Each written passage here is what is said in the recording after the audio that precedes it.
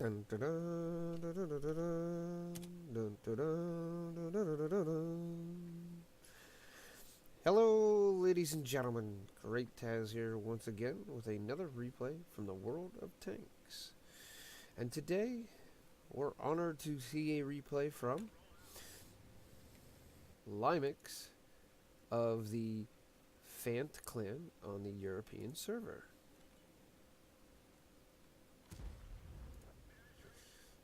We are playing in the Strv 103B. Sorry about all that. I didn't get things set up prior to, but you know that I'm looking out for my colorblind viewers by changing it to the colorblind mode. All right. He's already taken a few, 3, 4 shots, 5 shots. He's missed one. He's got the other 4 hits. Sitting at 1,400 damage. Now it's 1-0 for his team. He fires another shot at the progetto, and it bounces. And he is spotted by the M41. He's going to back here around here to the corner so he doesn't get shot. Now there is no arty, so he doesn't have to worry about arty splash, but he does have to worry about things like the JPEG E100, which, if does hit him with a direct hit, can do a good 1,100 points of damage, and that's pretty much the majority of his life. So he doesn't want to have that happen. Or he's going to take a peek around. He's also not doing what you would normally expect a person to do in a TD that's hiding behind bushes, i.e. Having them in view range and then backing up so that the bush is opaque between you and the tank to maximize your camo value. But I'm not sure what value actual bushes add, but I do know that the camo net adds 25% to camo value, so he's already at like 45 before that. Now he's even higher. Takes another shot at the progetto, 46, and hits. Their enemy team. The teams are tied at 2-all right now. Limeax, his team is 600 hit points, roughly 600 hit points short. Now even less. The Soma is getting shot up, or he's going to take a shot at the JPEG 100, noticing that it is angled fully. He turns and takes a shot at the Soma. SM on the enemy team. There is the JPEG turning. He misses the shot over it and takes a blind shot. Not sure if that connects. His Sonoma is now dead. His Sheridan is now dead. So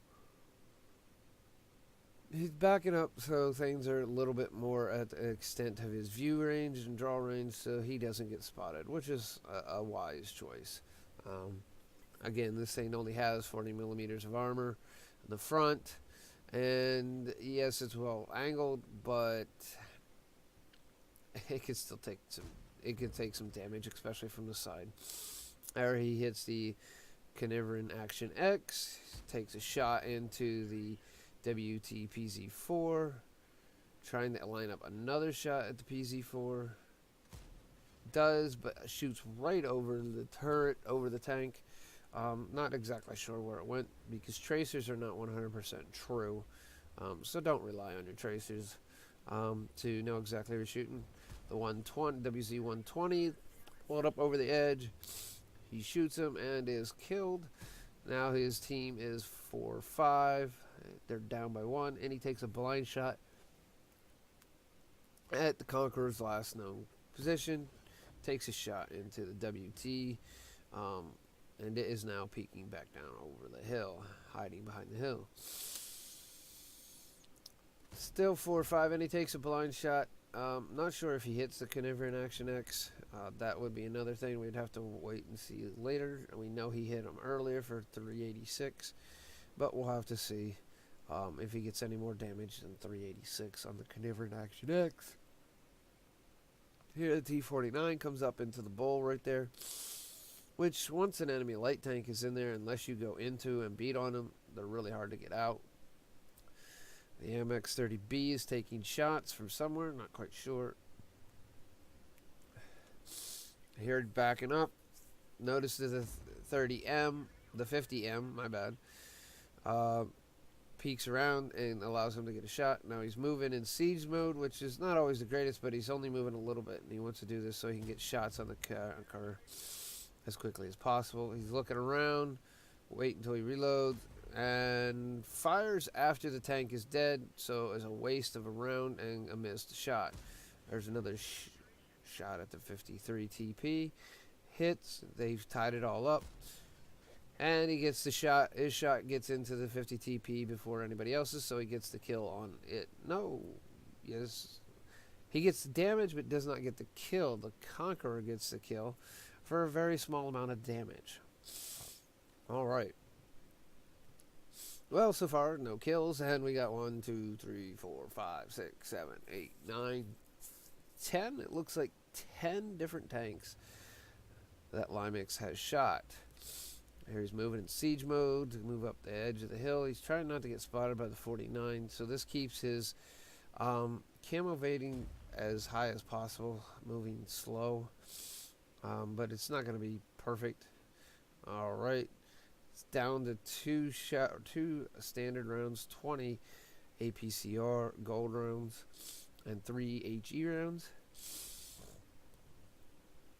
The WT he's turning to face it, and the WT is destroyed. Looked like he was hesitating for a second, hoping that his team would take care of it, which they did, but by the time he go ahead and turned around and turned, even though he didn't look like the team was going to take care of it, he was dead anyways.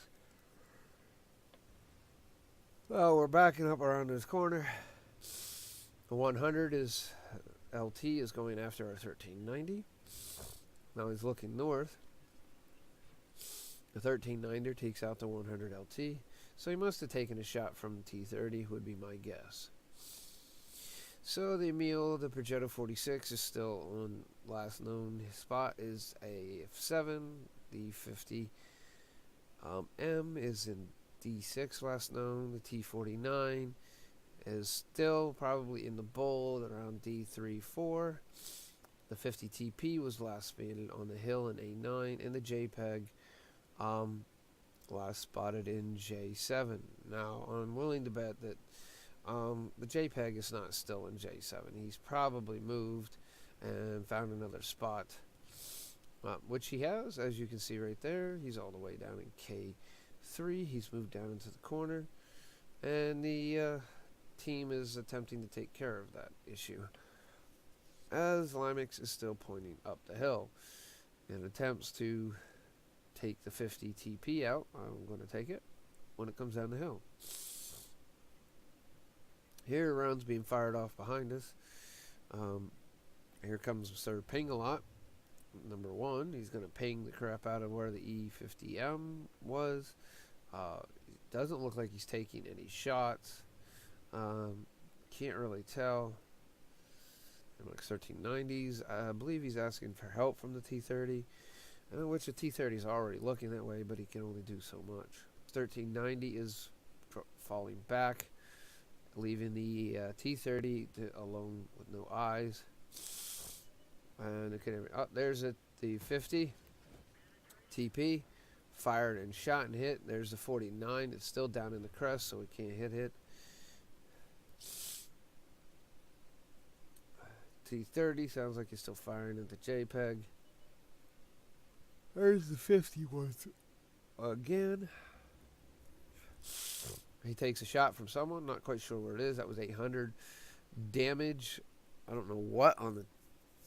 I would figure that would be the T30 that hit him with 800 damage. So I know the Conqueror can't do that much, and I'm pretty sure the 40... there's the 50M. E50M will take a shot, hit. There he's turning, face on. There's the E50M is destroyed. I don't think the 4502 can do that much damage either. So, T30's asking for a spot on the 50 TP because he probably has a good shot lined up, but he needs to pay attention to the JPEG also. And the Progetto and Emil one are still gone. The Limeax takes a blind shot with the E50M's last known location. We're going to speed this up again a little bit more until we got a spot. The JPEG still in the south, and the JPEG takes out the Carnivore in Action X. T30 looks like he's aiming that direction and firing. Limeax fires another blind shot. There's the 50, and it looks like the 1390 is going after the T49. Now the Progetto has reappeared over there on the ridge, and Limeax is making a move, thinking along probably the lines he's thinking. There's 3 enemy allies over there, no one defending the south, so someone needs to go and defend the south. And that looks like what he's doing to me. 50 TP, now killed out our 4502. JPEG has spotted the Limeax. He takes a shot, damages the JPEG, takes another shot. Ooh, looks like we found the Emil 1. He's over there somewhere too. Just a little bit off where the JPEG was. Progetto is taking side shots, so he goes into driver out. He uses the med kit, goes into travel mode and backs up. JPEG shoots him and tracks him. One bad thing about the tier 8 plus Swedish TDs is the simple fact that they tracked, they're kind of screwed. More than most other TDs. Because other TDs have some move in their gun. These do not. They're a stable platform. And without tracks, you can't turn to fire. There he's looking at the Progetto, hoping to get a shot in on it. And he takes a lead shot, blind lead shot, and gets the hit on the Progetto, taking it out. We know where the Emil is, and he's spotted. We're now firing premium rounds because really it's basically mostly what we have left. And we're going to stand face to face with the Emil. The Emil's not going to really be able to do well at penning the Strv 103B unless he gets lucky like that. There's another shot. All right. The JPEG E100's taking damage from afar from 1390 and the Conqueror, and he moves off. One last enemy to take care of, and here we go. Gonna aim in, and he's now dead.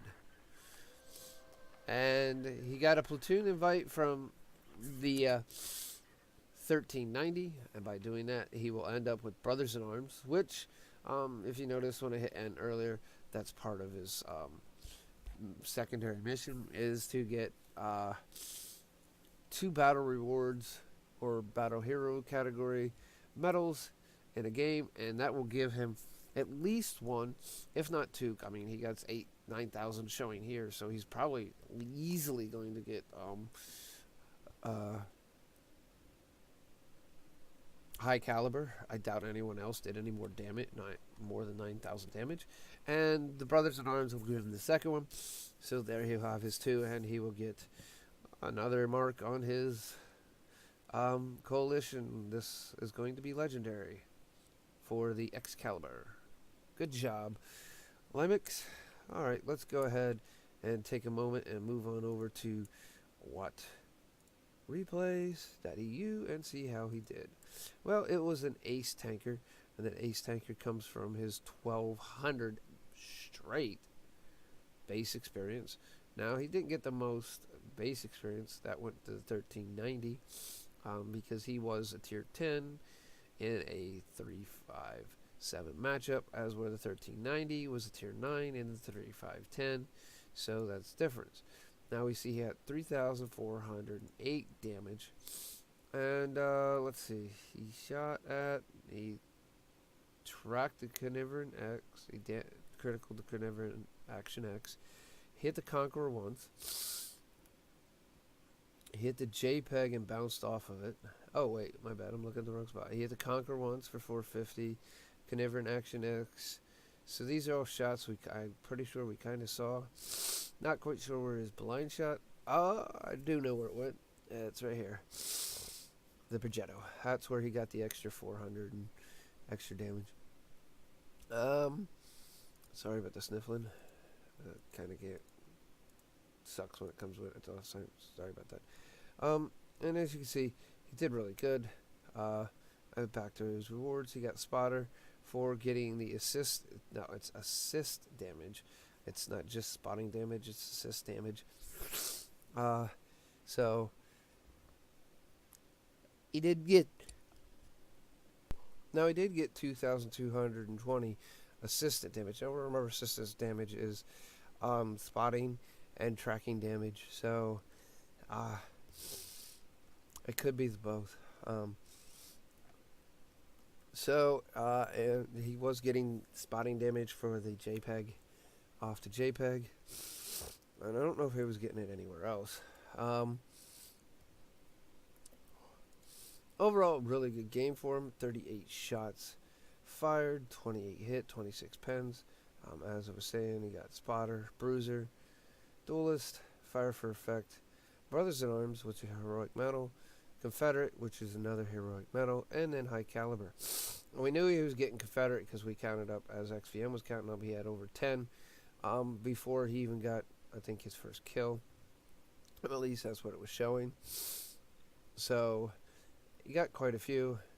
Go to the detail report. He damaged 13 of the 15 tanks. So there's 2 tanks that he never got a shot, a connecting, damaging shot to, or shot at. And I think that was the 49 was one of them, and I think the T100 LT was another one. And that would be the 2. So he didn't damage the light tanks. If he would have had a perfect freaking damaging thing. He did get only 3 kills, which is no big deal. He got what he needed for Brothers in Arms. So, again, the 38 direct fires, 28 direct hit, 26 pens. You know, he got the 9,408 damage. 7,211 was from 300 meters plus. He received 6 shots, 3 pens, 3 did not. Blocked 320, which was from the Jag Panzer E100. 2,200 due to his assistance. Was with a premium account, so it was 96,013. Missions, he was doing for a mission. He got another 14.4. But he did fire majority of his gold rounds in the end of the mission. He only had like 5 left, if I do recall. So that would have been, he started off with 20, so it would have left him with 15 fired, 5 left. He would have fired 15, and then repair was 9,000.8. So he only walked out with 5,000.9, but overall that's not a big deal. Now, like I said, it was a 1,200 base experience, but since it was a premium account, that gets 50% more, which was 600, so it gives him that 1,800. Now, it was on a 5 times weekend, so he did get 5 times that, plus he got, for actions, personal missions, so he got another 270 there. So he got 9,270 experience. That's quite an experience haul for any tank, really, and especially a tier 10. In a 357 matchmaking, he probably got pretty close to the maximum amount of experience that he could. So, overall, I think Limeax did a really good job, and I'd like to give him 2 thumbs up and say, well job, sir. With that being said, ladies and gentlemen, if you think this was a good video, please give it a thumbs up. If not, please go ahead and give it a thumbs down if you think it deserves it.